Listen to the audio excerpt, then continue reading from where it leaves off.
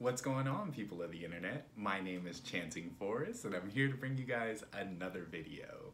So today is another video in the series that I am calling Daily Chant.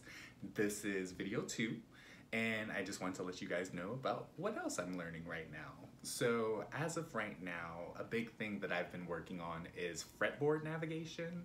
So how to find notes on any given string at any given time. Like, I want to be able to know if I hit this, okay, this is an A, B, C, and so on and so forth.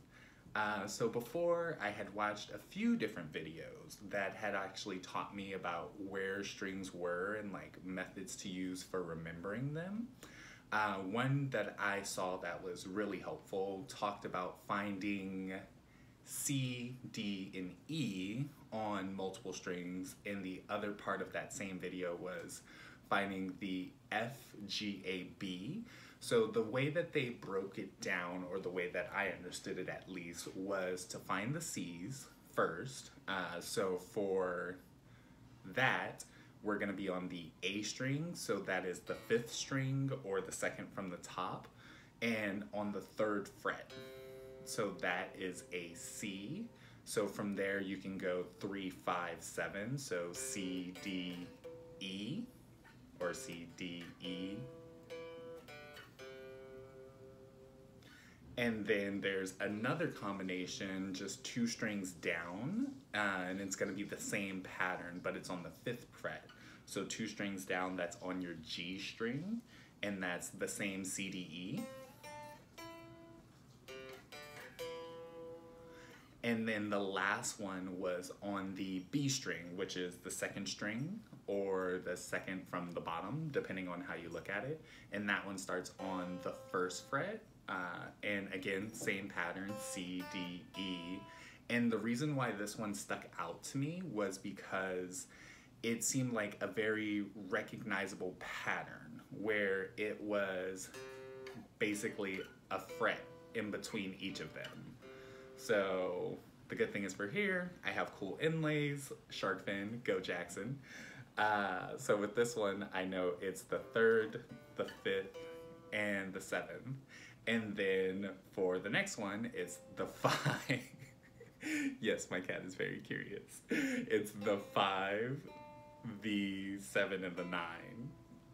Sorry, I think the first one I said misspoke. It was 3, 5, 7, and then 5, 7, 9. And then the last one is 2 for your last C, D, E, and that's on the B string. So this was like really good for helping me find where all the C's were, and then just using the musical alphabet, it helped me figure out how to identify the rest of them. Another part of that same video series was how to find the F's, and that is starting on the D string at the 3rd fret. So that is your 4th string, and that is F, G, A, B. And then with that, you have your whole musical alphabet that you can navigate around, because you have C, D, E, F, G, A, B, and then back to C. Or you can use multiple other C's, which is really cool. Learning the notes has definitely made playing the guitar a lot easier, because instead of memorizing 1 through 24 on 6 different strings, it's just 7 notes, and just finding where those notes repeat. So for anyone who's new at playing guitar, definitely learn your musical alphabet and like what the major scale is, how that works, all that good stuff. And then for just the other strings that weren't involved, the low E and the high E, your 6th and 1st string, those are actually the same letters, so F, G, A, B, and so on and so forth. And another thing that was actually really helpful in regards to, like, say, the major scale, not the major scale, in regards to finding the notes while navigating, there was patterns that you can use to find the same note up and down the neck of the fretboard. So like say for here, I'm at the 7th fret, or what's known as a B note. There is a circle of fourths, which is really cool. I started nerding out on this, so pretty stoked to share it. The circle of fourths is basically the circle of fifths, but in reverse. But there's this nice pattern that says B, E, A, D, G, C, F. And basically there was a saying that you can use to help remember it, and it's battle ends and down goes Charles's father. The way that I found use out of this was when they tied it to connecting to the fretboard. So it's easy to count, well, at this moment, it's easy to count F, G, A, B, C, but sometimes you don't want to have to like count from the nut all the way up. Sometimes you actually need to go down. So starting at the 7th fret, that's actually a B note, and it's probably the closest spot where the pattern lays out. But with that one, from the 6th string going up, that is B, so battle, ends, and down. And then when you get to the B string, you have to move over a fret. So then goes Charles. And for that abbreviation, B, E, A, D, G, no. G, see, let's try again. Battle, B, E, A, D, C, F. So with that, you can actually use that to find any note across the fretboard. And the way that that rule works is it's pretty much you're always going to be repeating that saying all the way down. The battle ends and down goes Charles's father.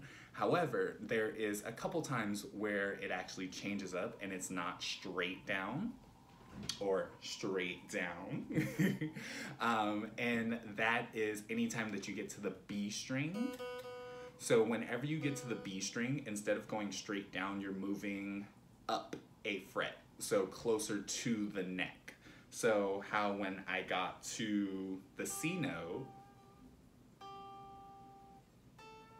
there it is, the C note. What's that, the C note? Battle ends and... Anyway. So with this C, you can actually use a reverse claw to find out if it's the same note. So you can go from the B string to the A string to figure out which note this is. So as of right now, I am on the 10th fret. So at the 10th fret is a D, so down goes. So this would be a G. Look at that. So with these cool methods, it helps me actually figure out where I am or where I think I'm supposed to be, because you can actually use these methods to navigate all around the fretboard. So what I did right now was what is called a reverse claw. So with the reverse claw, you put your finger on the B string, whichever note you would like, and then pretty much what you're doing is you're skipping one fret over, so there's a fret in between each of the fingers, and then you go all the way up to the A string. These notes should be the same. So that was really cool for helping me navigate from here to here.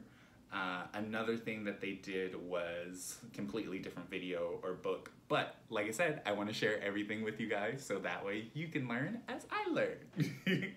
The next thing was what I called a long L, and that's if you're on the G string, so your 3rd string.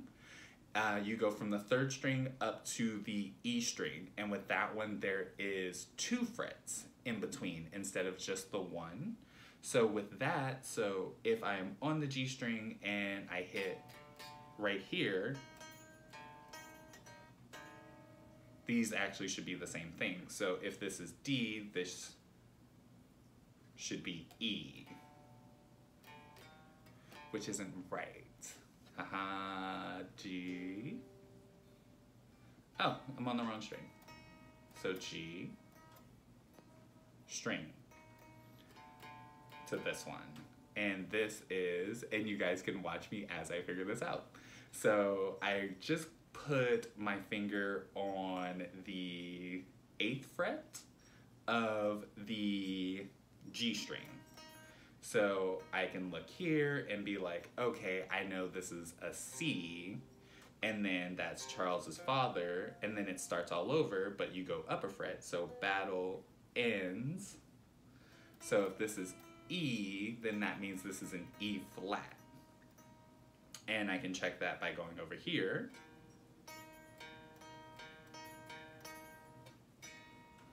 And it is an E flat, because when I get to the 12th fret, it's at E again. Yes! The cool thing about learning guitar is I know I'm not a guitar virtuoso right now, but I really enjoy sharing my progress with you guys and being able to document this journey with you. So, like I said, there is the reverse L, the long L where there's 2 frets in between, so you're basically on that 3rd fret. And then the last one was on the D string, so that is your 4th string, or your 3rd from the top, technically bottom. So like that. So on the D string, you can go down to the B string, and with this one, you again are moving 3 frets over, so this note should be the exact same. And that harmony, yes!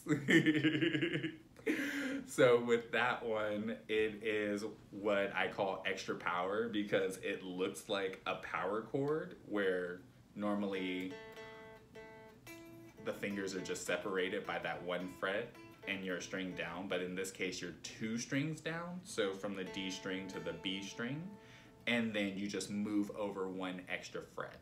So same familiar shape as a power chord, but with a little extra power. So yeah, so that is what I've learned in regards to fretboard navigation, so that has been really cool. Something else that I found out was about the majors and minors. So for every major, there is a relative minor, which I did not know. But if you are on a fret, you can actually find it. So it's so wild. One day, as you guys will see, this channel will get more fancy and I'll be able to pop up things here and here. But as of right now, it's just my hands. So with this new pattern for finding a major scale, because with the major scale, from what I found out, the way that it breaks down is whatever note you're starting on, so say the letter C, just because there's no sharps or flats. So that is your 8th fret, right here. The way that it works is it's whole step, half step, and then whole step, half step. And the way that that works on the fretboard is a half a step is you're moving over 1 fret at a time. A whole step, you're basically moving over 2 frets at a time. So that's how you can navigate on it. But in regards to doing a major scale going down the neck, something that I found really cool. So doing that same thing, so C, D, E, F, G, A, B, C.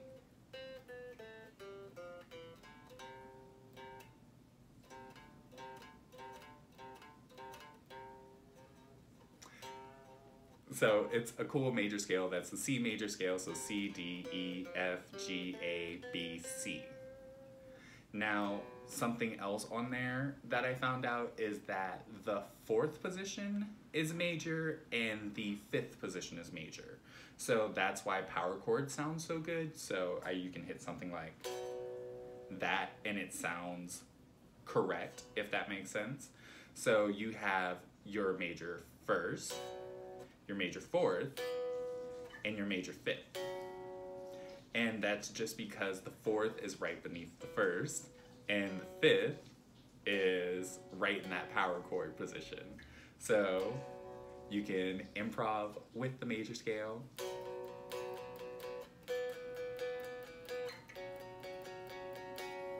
And all that sounds good and in harmony with each other. Now, its relative minor is 3 half steps back. So that would be for this one.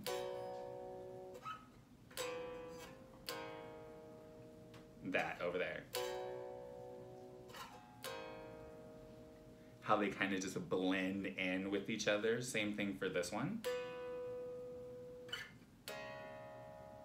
It's relative minor, and the way that it actually falls on the fretboard or in regards to the major scale is you have your first, your second, third, fourth, fifth, sixth, and then you have your diminished seventh, which I believe is, it's one right behind the first, but then I believe you also bump up the third or something like that. I haven't figured that part out yet, but I will let you guys know as I figure it out. But with that one, it gives it like this like creepy, eerie, horror themed vibe where it's like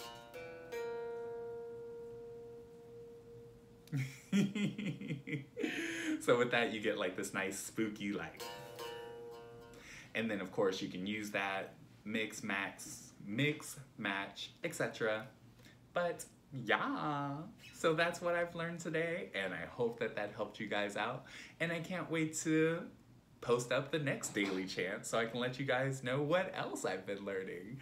So again, my name is Chanting Forest, wishing you guys peace, love, happiness, all that good jazz. And then, yeah, play music, man. Lady y'alls.